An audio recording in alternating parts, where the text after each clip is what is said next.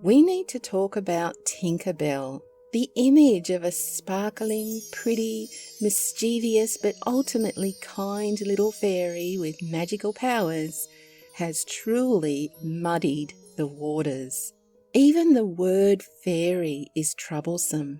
It is so closely aligned with this image of Tinkerbells that the experiences of fairy creatures by generations of our ancestors have become lost in this fantasy. In my earlier catalogue of videos, I deep dive into particular types of fairies, including the ones rarely spoken of, the dark, dangerous fairies, those who will and have done us harm. And these aren't tales from the past. Encounters with these unpredictable creatures happen every day. It happened in late September 2020.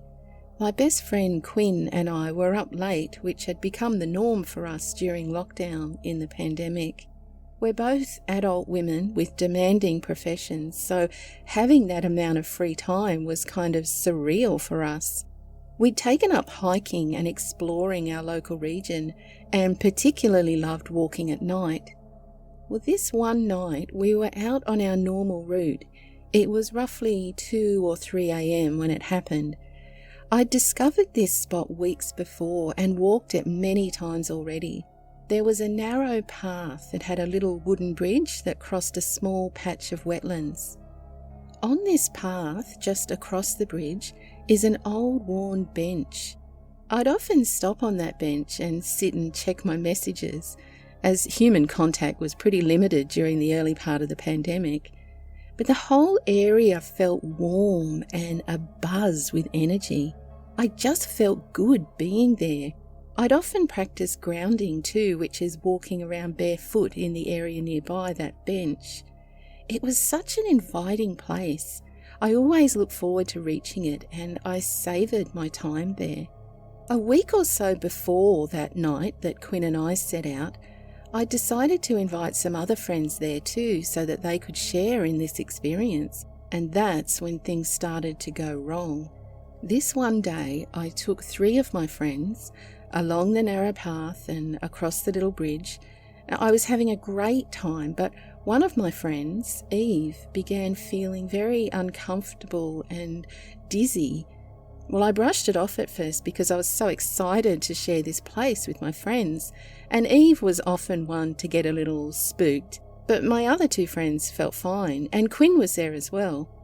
Out of the blue, we saw 2 wisps zipping across the tops of the tallest grass and then nosedive straight down into the earth.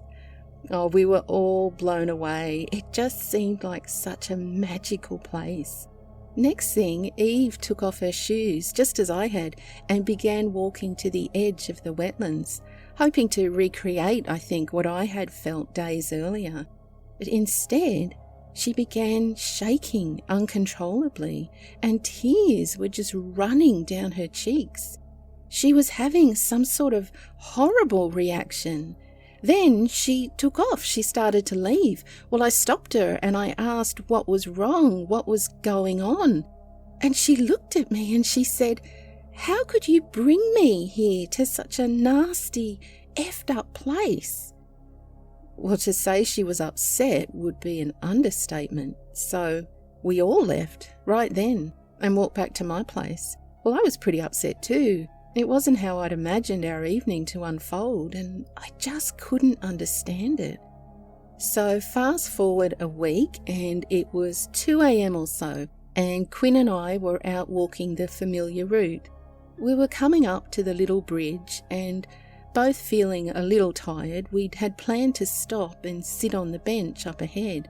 We didn't even make it to the first board on the bridge before we caught a glimpse of what was sitting on the bench ahead of us. It was a glowing human figure made of pure white light, just sitting on our bench. Strangely, what seized my attention was that this thing of bright, pure white light didn't cast any light around it. Its outline almost looked like old school TV static. It was difficult to even focus on it as it lacked any real features, not even eyes that we could see. I stopped dead in my tracks and I grabbed Quinn's arm. "Are you seeing this?" She looked me straight in the eye and whispered, "Yes." An overwhelming sense of terror just hit us both. What the hell was it? My mind was racing. I wondered if it was something people called Fae. I'd never given their existence much thought, but this wasn't anything pretty or pleasant. We felt a darkness, a sickness just looking at it. And then I felt it looking at us. I felt that we had carelessly stumbled upon something that we were most definitely not supposed to see. And I wondered, is that how Eve felt? Had she wandered too close to it the week before? We backed up and got out of there.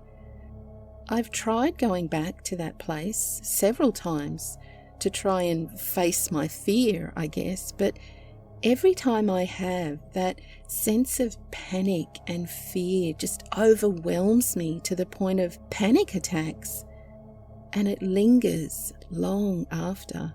I don't normally suffer from any form of anxiety. I'm just at a loss. I know I saw it. Quinn saw it and felt it too. I have no answers on this. All I have is questions. I'm so glad this woman shared her experience. It takes more courage than it may appear at face value. There is the obvious risk of ridicule from peers and keyboard warriors, of course, but we mustn't forget that there is always a risk of angering the Fae by talking about it too. This was a great example of what can happen when we venture onto land that the Fae consider their own. When she went alone, quietly and respectfully, it was a pleasant experience, an inviting, mesmerizing place. But when she returned with others, the welcome they received was menacing, frightening, even sickening. They had overreached their welcome. Perhaps one human can be tolerated, even welcomed as a curiosity, but more than one is an intrusion, to be driven away.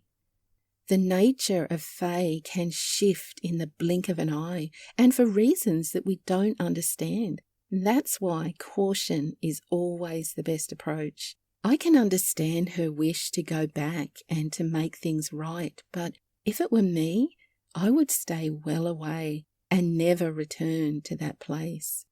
Now, here's a short, sharp story from a guy who learned a valuable lesson about Fae.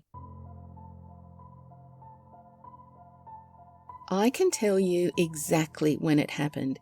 It was the 27th of December 2019 between 5:45 and 6 p.m. Well, there's a hill that I had to walk up after work to get to my home from the station, and at the top of the hill there's 2 Victorian lampposts. On the right there's a couple of houses alongside a steep embankment, and to the left there are woodlands, mostly oak and beech. Anyway, at the lamppost closer to me, I could see a figure struggling to climb up it. At first I thought it was a big rat, but as I got closer I could see it was something with a humanoid shape, with 4 limbs and hair on its head. I'm in absolute shock at the sight of it, and a bunch of correlations flashed through my mind. Then it rests on fairy. Only not the sparkling ones, the real ones, dark, ugly and mean. The ones my father's family, who are Irish, always told me about. So I just start laughing. It's a bloody fairy. The absurdity of me seeing one in England, well, I thought it was hilarious at the time, and I pissed myself laughing as I walked along. Then, as I was almost at the lamppost, I literally shouted at it, "Go piss off somewhere else, you stupid fairy," because, well, I'm not sure what I was thinking, but I guess it was just pure disbelief. 2 seconds later, this clap, bang, explosion goes off right at the back of my head, and it knocks me face first smack into the ground.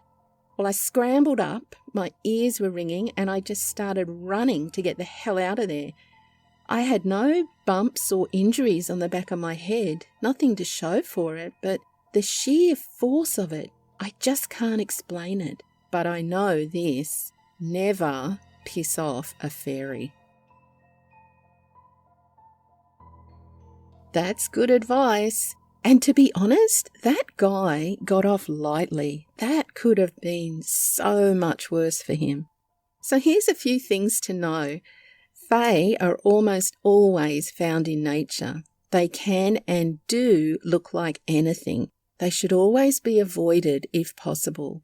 But if not, like you're literally walking past one, don't initiate contact and always treat them with respect.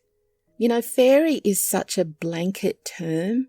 It misrepresents a vast array of creatures by grouping them all together and implying that they're merry and playful. Nothing could be further from the truth. Next time you hear the word fairy, I hope you'll stop and think twice. Until next time, stay curious and be kind. Cheerio!